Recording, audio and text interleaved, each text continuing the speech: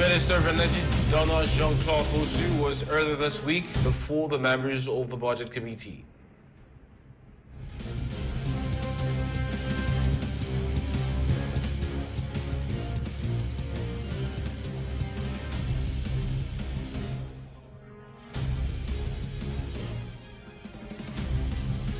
President Patrice Talon joined the West African leaders in their meeting in Accra on Tuesday to discuss terrorism and the worsening security situation in the region.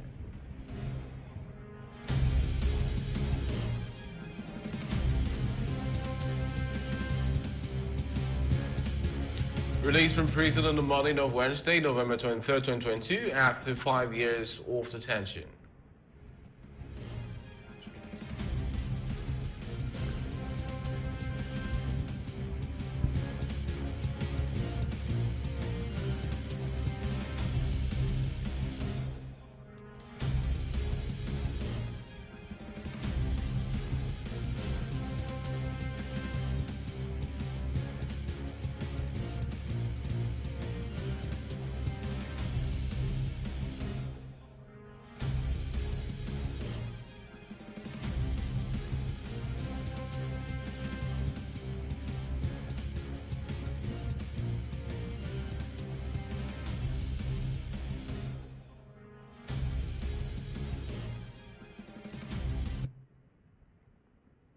Well, hello and good afternoon to all tuning into Golfe TV Africa.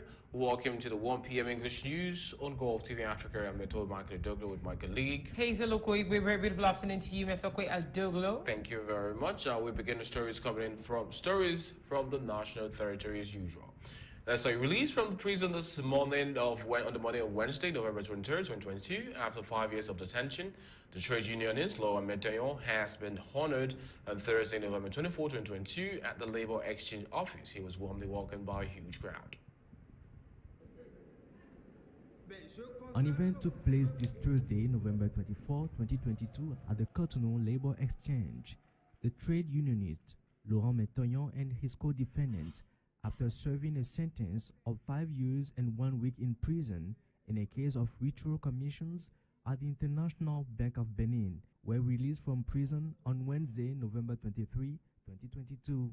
To celebrate the return of Metohuey to his family, the Union of Benin's Workers, with the Support Committee for Political Prisoners and Exiles, organized on Thursday, November 24, 2022, a welcoming ceremony for the former Secretary General of the Federation of the Ministry of Finance Trade Unions, welcomed with joy by workers, women of the market of Cotonou, both the youths and the elderly. Metohuey was moved by the mobilization of citizens who came to show him their support and their gratitude. Françoise Rodonu, president of the Support Committee for Political Prisoners and Exiles, expressed her gratitude to the generous donors, especially those from outside the country who supported the former Secretary General during his time in jail. Regardons-nous en face. C'était ça le vrai amour. L'amour du prochain.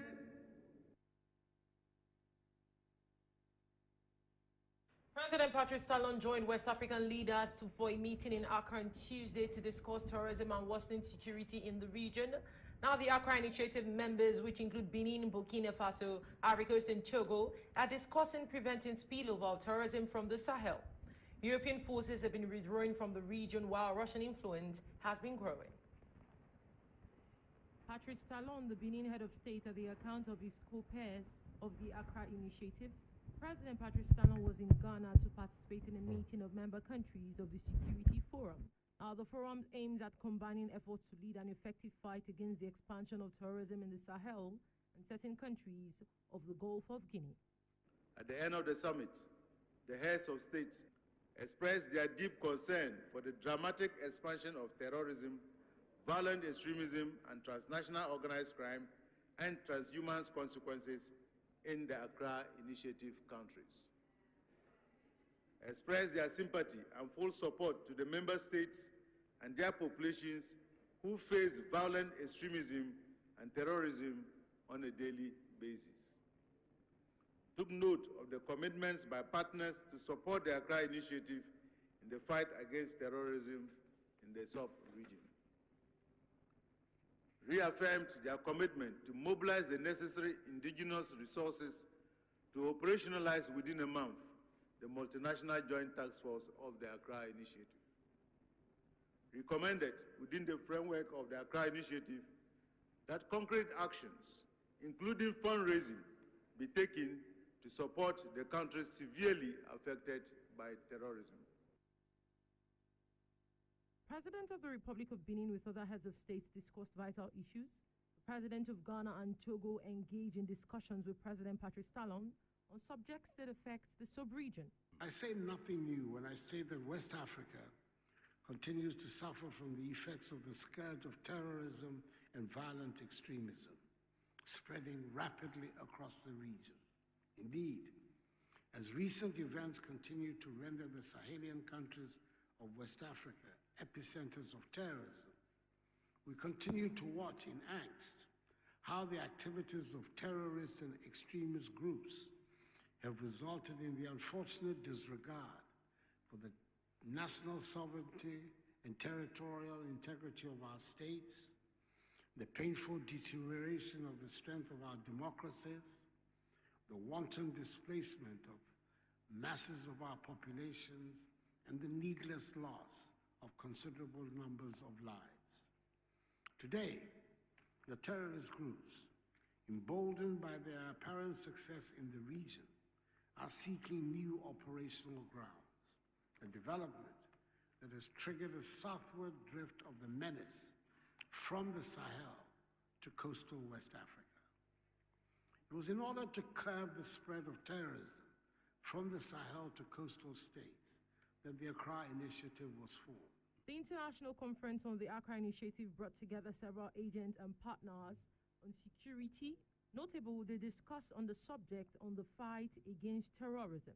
The Benin president equally exchanged with the president of the European Council on ways to move forward. The meeting of heads of state has set a deadline of 1 month for the collaborative force of the initiative to become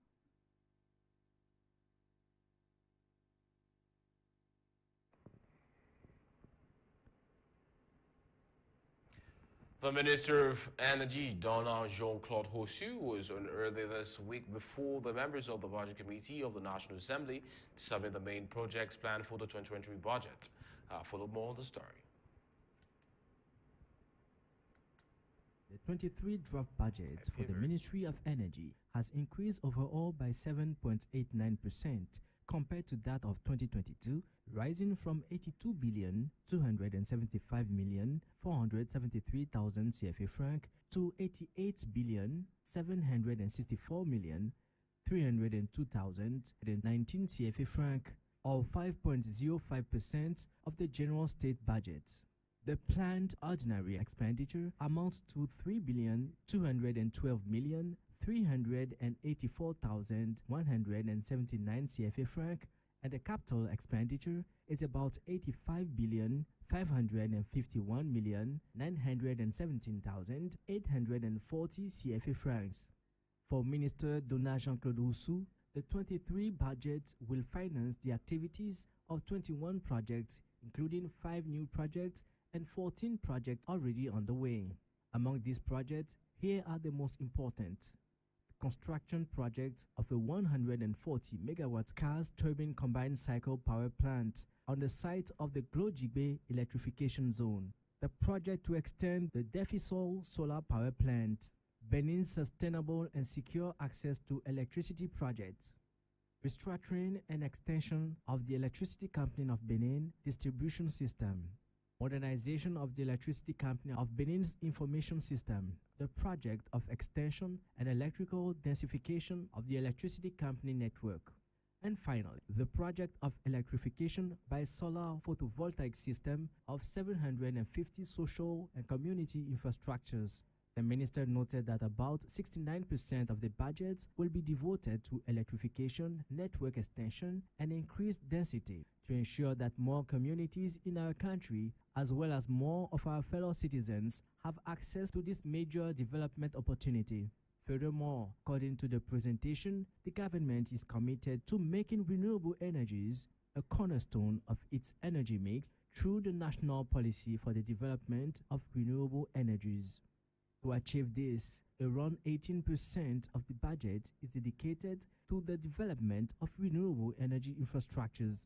The 2023 budget increase reflects the commitment of the government of President Patrice Talon to make the energy sector a real leverage for the socio-economic development of our country, said Donald Jean-Claude Oussou, who reassured of his determination and his team's resolute commitment to the government's vision.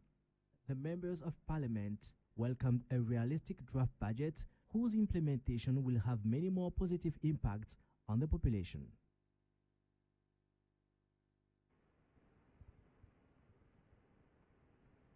Still on the local scene, an abandoned electric pole has been left at a busy junction in the city of Cotonou. Now, the pole can collapse at any time, thus it can endanger the lives of its citizens. Now, the citizens urge the authorities to act as soon as possible to avoid the worst-case scenario. More information in the following report.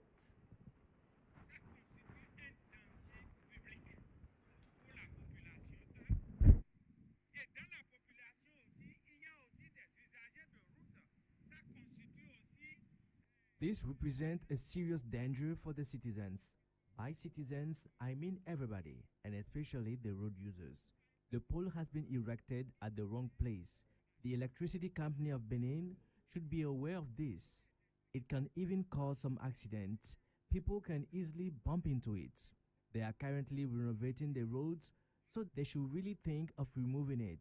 They have to push it to that wall over there where it can harm no one.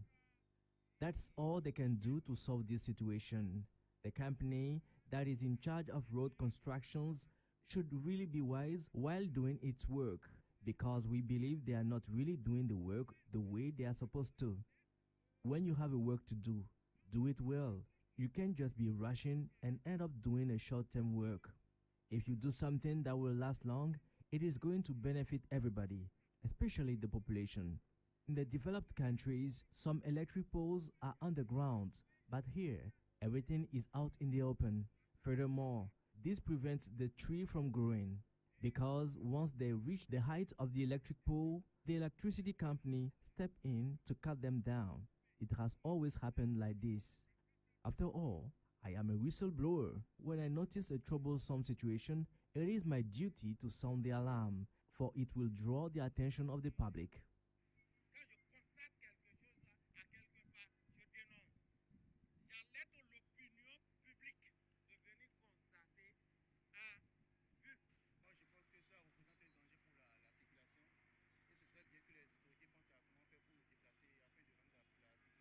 This is clearly a danger for the people, and the authorities need to be responsible enough and move it away for a smooth traffic in the area. Every evening, when I'm on my way home after a long and sometimes exhausting day, this junction delays me a lot. I waste so much time here. It's really a shame, so they need to fix the situation.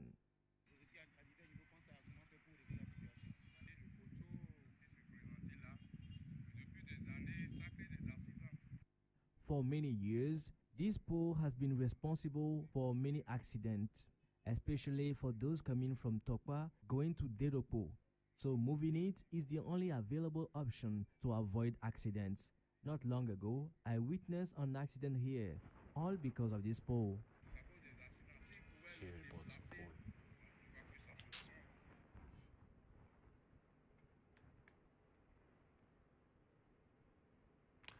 Definitely a pull from hell. Now, moving on from that, the official launch of the construction of the buildings that will house the Innovation and Technology Center of the University of Abomey Calavi. It is an initiative of the regional force of the United Nations Development Program called Timbuktu. The groundbreaking ceremony took place last Friday at the University of Abomey Calavi. We have more for you on that. Of the construction work of the building to house the Innovation and Technological Center of the University of Abomey Calavi. Now, this is an initiative of the Regional Office of the United Nations Development Program called Timbuktu. The foundation stone laying ceremony took place on Friday at the University of Abomey Calavi. Notre université se réjouit de votre présence parmi nous, car c'est la preuve de l'importance que vous accordez au développement de notre pays à travers le développement de l'université d'Abomey-Calavi. L'opérationnalisation. Our university is excited with your presence among us. It is the evidence of the importance you accord to the development of our country. Facilitated by the University of Abomey-Calavi, the Timbuktu implementation will be located in our university. The appropriated framework for the realization of the dream birthed by the visionary, with a workforce of 96,000 students in 2021-2022 session, in effect, more than 75% of the workforce are registered in the Science and Technological Department, Economy, and also the Communication Department. Ainsi que celle d'économie, de gestion et de communication. Transforming public universities in Africa into spaces for innovation, experimentation, and accelerated learning. This is the objective of the Timbuktu initiative, now hosted by the University of Abomey-Calavi through the Innovation and Technological Pole. L'initiative Timbuktu vise à transformer les universités publiques. The Timbuktu initiative is geared towards transforming public African universities in the innovation space, trial and accelerated learning. This enabled us to put in place a Pan-African Innovation Network constituted by the regional hub created in public universities in 10 countries, now in Benin Republic.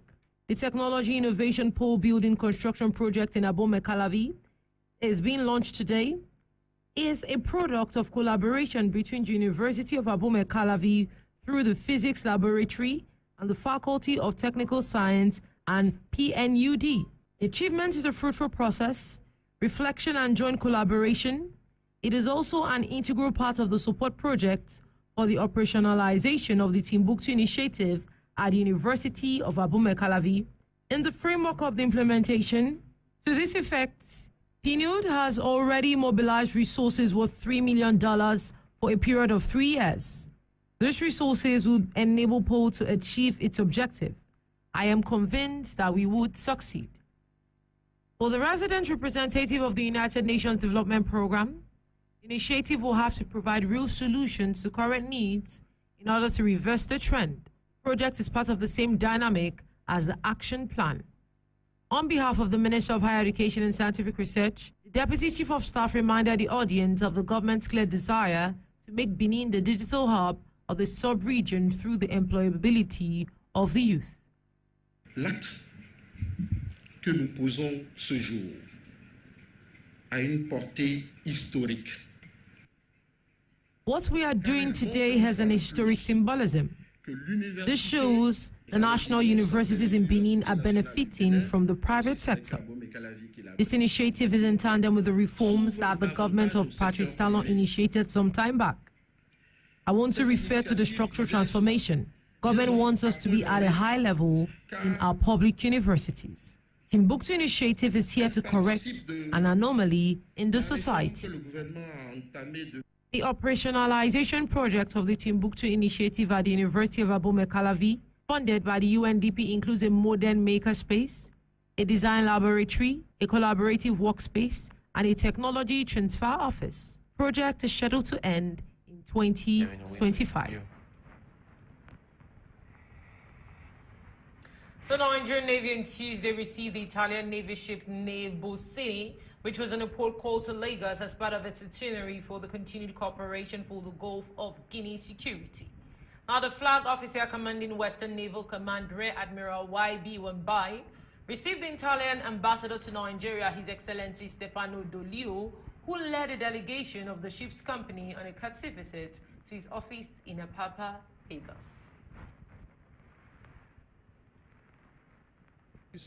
Our already very excellent partnership in cooperation, not only what is linked to the activity of anti-piracy in the Gulf of Guinea, but also on bilateral level, and to find ways of increase and improve our relations based on two things, which is friendship and partnership. We are here as partners and we are here as friends. So whatever we can discuss together to improve our relations, our commitment to bring peace to this Gulf of Guinea, we are here to do this, and of course in cooperation with the naval forces of Nigeria, which have the ownership. And here We are friends, we are partners, and on this basis we came today to pay a courtesy visit and to explore ways to cooperate further and to deepen our relation.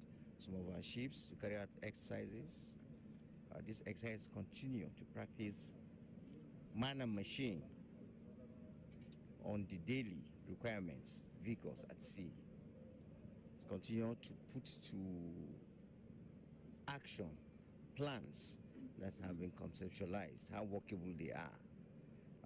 That is the most I can say about the kind of exercise they will take. The truth is that it has been going on well, and that's why over some time now, you will have seen that the scale of infractions in our waters have drastically reduced. In particular, in Nigeria, we've been delisted by the International Maritime Bureau of Piracy. So it means the cooperation we have, the collaboration we have, the partnership we have is working very, very well.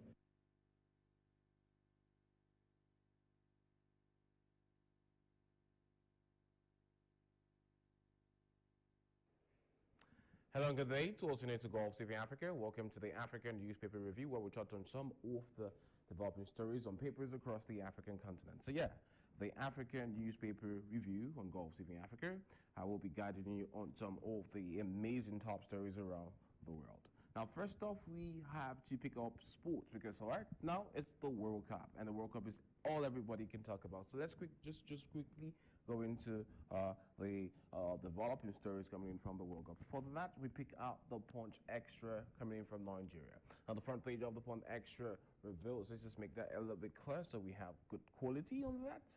All right, now the front page of the World Cup says Spain 7-0 Costa Rica. Spaniards in 7th heaven. La Roja joined number 4 on the list of the biggest World Cup wins after Los Ticos thumping. That was a very exhilarating match yesterday. There were a lot of goals, a lot of excitement, and fans come to watch the World Cup to see goals. And Spain made sure they got all the goals, calling it the 7th heaven. Brilliant game there. Costa Rica very disappointed as losing their game, one of the biggest losses in World Cup. Now let's look at that. Lions begin campaign against Switzerland. We have that on page 4 of the Sports Extra Nigeria. They are the third African side to be played in the World Cup.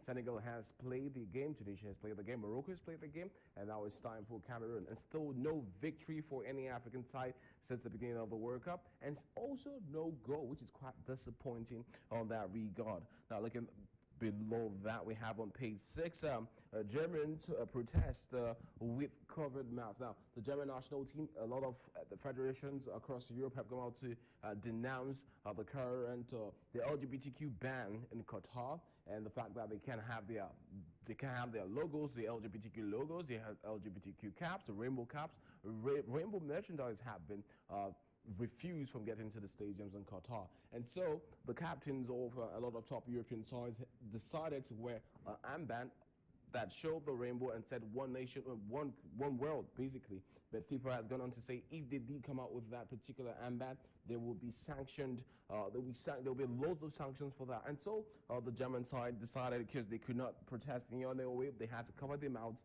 to show that they're closing our mouths. They don't know what else to speak. But that's what happened there. So this is what happened when they took up the team picture for the game versus Japan. You can get more about that on page 6 of the Sports Extra Nigeria. Now still looking at stories coming from the World Cup. Let's take that up a little bit and see a lot more stories. I wanted to play for Turkey, Ocean Samuel.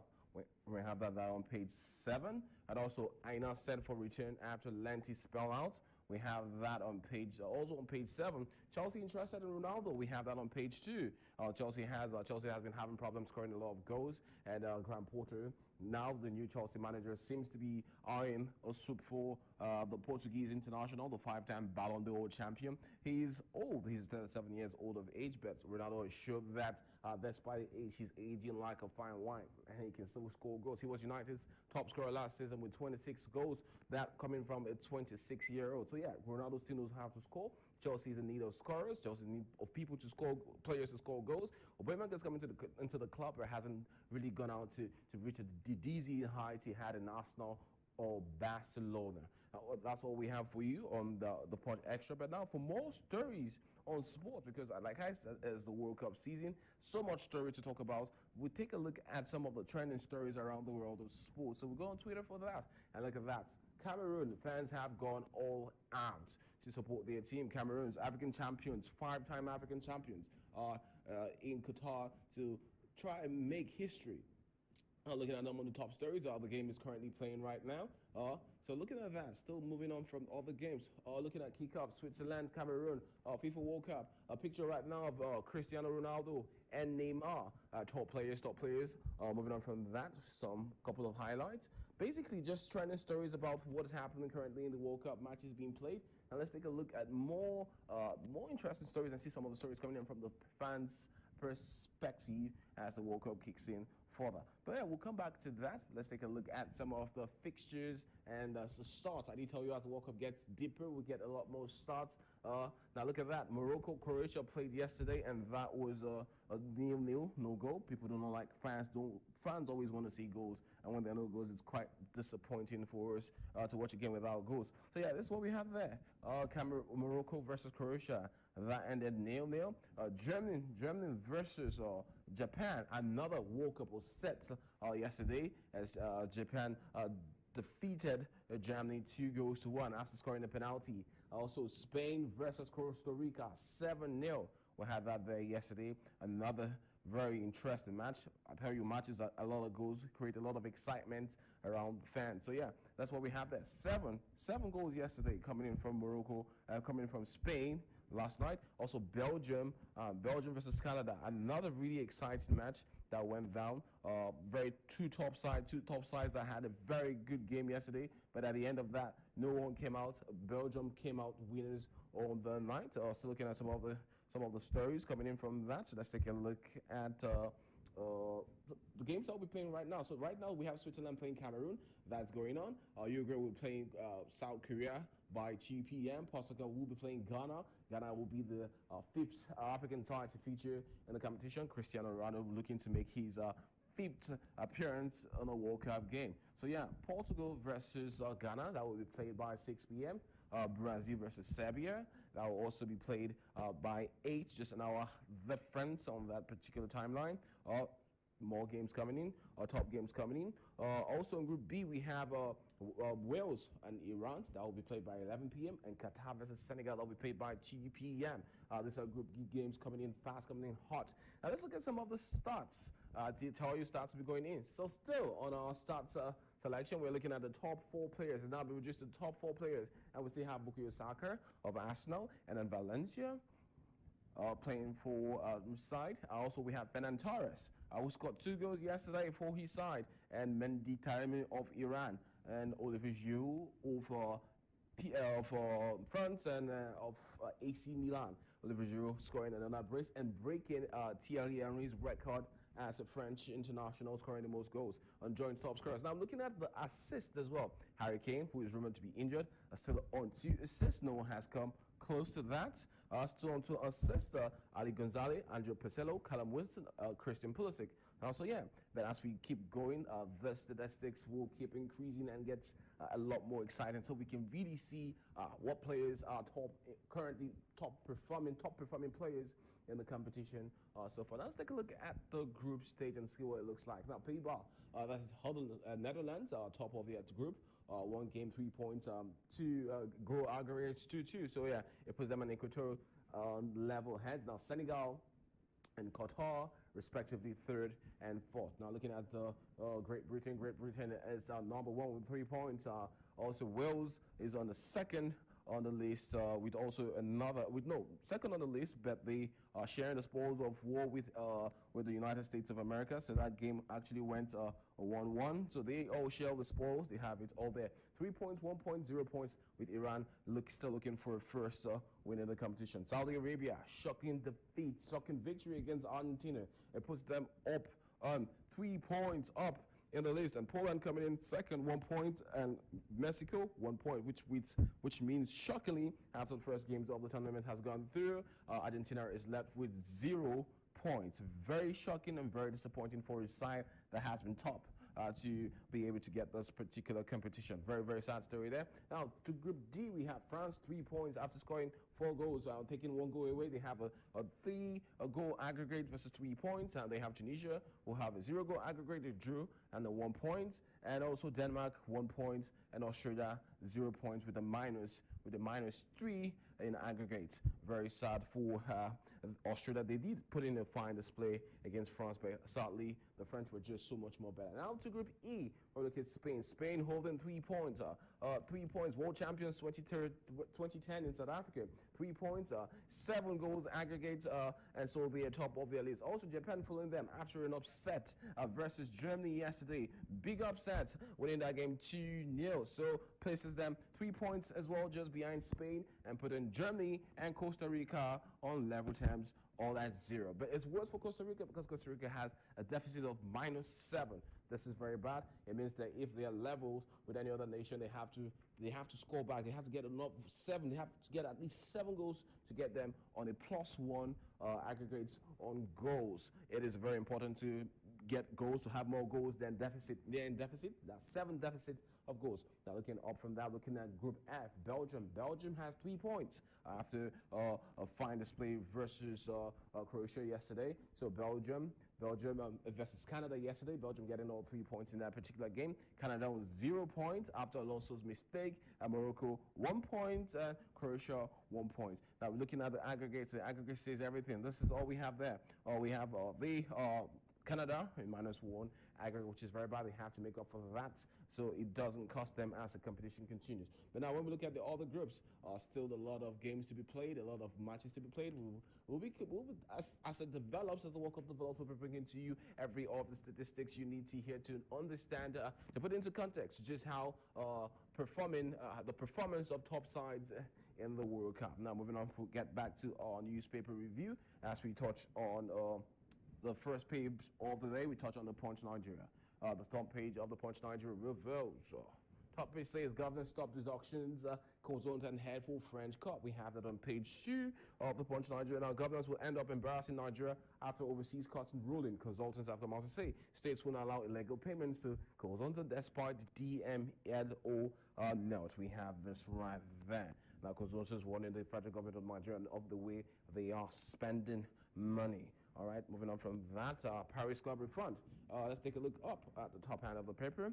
Let's take a look at the top hand of the paper. Now, the new Naira. Now, you should know Nigeria has changed the color of its notes. It has 4 different particular notes. It has the 50 Naira.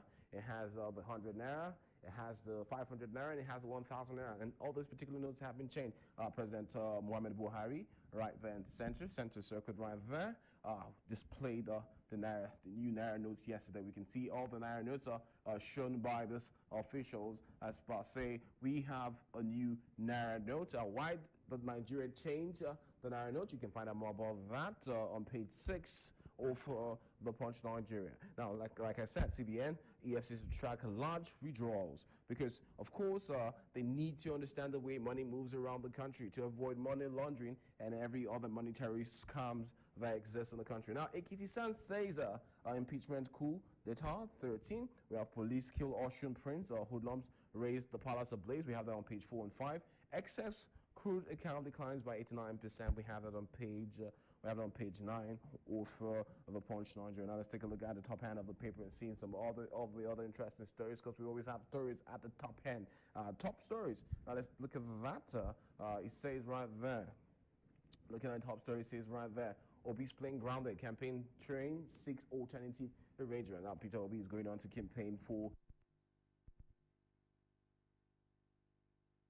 became the next president of the Republic of Nigeria, and now his campaign has gone AWOL because of planes being grounded, and that is sad. So he has to find alternatives to be able to campaign properly and see his people, see his supporters, see his sympathizers. Also, NNPC meets marketers as petrol scarcity bites harder. We have that on page 21 of the Punch Nigeria. Also, advertorial poll ranks Obiano as best Anambra governor since 1999. You want to find out the credentials and how he was elected as the best governor in Anambra since 1999? You can get that on page 20 of the Punch Nigeria. Moving on from the Punch Nigeria, we head to the next Nigerian paper of the edition we touch on the nation Nigeria. But first, let's chill off from Nigeria for a sec and touch on some other stories, because basically the nation will also just repeat some of the other stories, some of the other top stories coming in on the punch already. So yeah, let's take a look at the nation. The New Vision Uganda, the front page of the New Vision Uganda reveals anomalies in vaccine procurement revealed. We have on page 7 auditor to general exposés wrought in COVID-19 deals. We have just right there. Also, yeah, top page there, page 7. And looking at the top hand of the paper says government issues sanctions over students' registration. We have that on page 8 of the punch of the New Vision Uganda. I also told Uganda is always, so far, looking at Uganda papers, I have been for a while prioritizing education. So it seems President Museveni is looking to tackle education and have the children of the nation, the students of the nation, properly equipped with knowledge so they can, better negate and have education is one of the most important sectors in the country. Your kids, your children, your students need to be properly educated, and that's only how you can also generate revenue in your country, because now they become pioneers, become entrepreneurs, and this is what a country needs to function on an economical level. Now, okay, court rejects suspect's confession. We have it on page 2, page 32. Also, government plans to review ban on caveria. We have it on page 7. Ronaldo steps forward to be counted. We have that on page 44 of the Punch Nigeria. Moving on from the Punch Nigeria, we head now to the next paper of the edition as we touch on the star from Kenya. The front page of the Star from Kenya. Let's just get rid of the New Vision Uganda first, and we bring in the Star from Kenya. Right there. The Star from Kenya. Musiele Raila, 12 goes for MPs. This is what is on the front page of the Star from Kenya. Say, Mudvadi's move seen as part of consolidating the Western vote for the future. We have that on page 4 and 5. Also, Kitani appeals marriage verdict against Linturi over ruined home. We have that on page 2. And top page, strategy, Odinga's long-held political influence in the region could suffer a big blow. That is talking strategy, that's talking politics with the Star from Kenya. Now let's take a look at the bottom half of the Star from Kenya. See some of the other interesting stories. Ministerial approval, education CS Muchuku stops school bus buying craze by held teachers. We have that on page 6. And all the giant bites the dust as Japan sees off Germany at the World Cup. We have that on page 4 and 5, talking about how Japan stunned the world after defeating Germany 2-1 after coming, especially the fact that it came from behind in that particular game. Amazing game, that brilliant game. And it's quite interesting to see the fact that the underdogs are doing quite well for themselves in the competition, in this huge competition. Now let's take a look at the Daily Guide Ghana. The front page of the Daily Guide Ghana reveals Otoriata presents, let's make that a little bit clear, presents 2023 budget as MPs freeze sack campaign. We have that right there. Otoriata, the finance minister.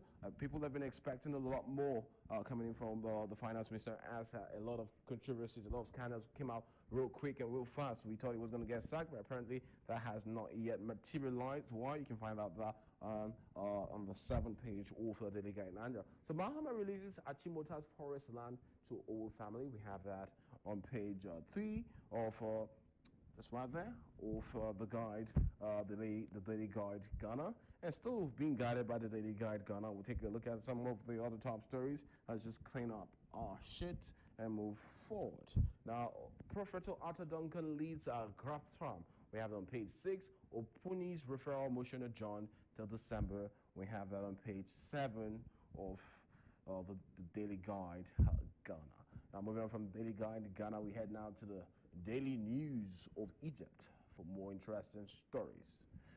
The front page of the Daily News from Egypt reveals Al-Sisi follows up on efforts to manage and develop the endowment authority assets. We did talk about the fact that he is making a lot of huge strides in his country to put them at the top in the region, making a lot of huge investments in Egypt. Moving on from that, FinTech Egypt launches FinTech's initiative to encourage startups and implement innovative financial solutions in the country. We talk about the fact that LCC is working hard to modernize his nation, not just in terms of technology, but also in the military, also in the estates.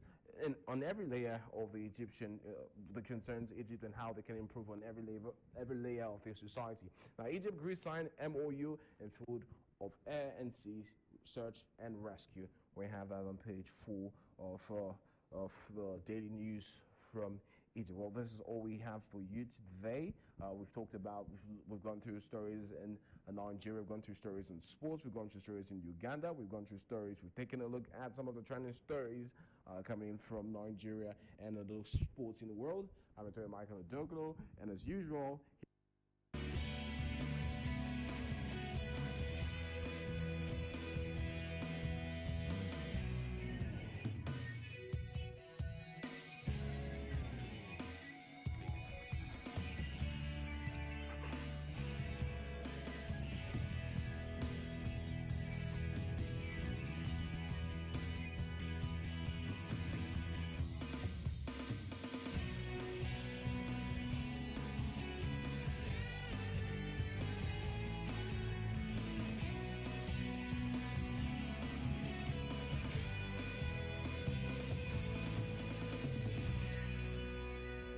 And our dear viewers, to end this news edition, here's a recap of our top stories.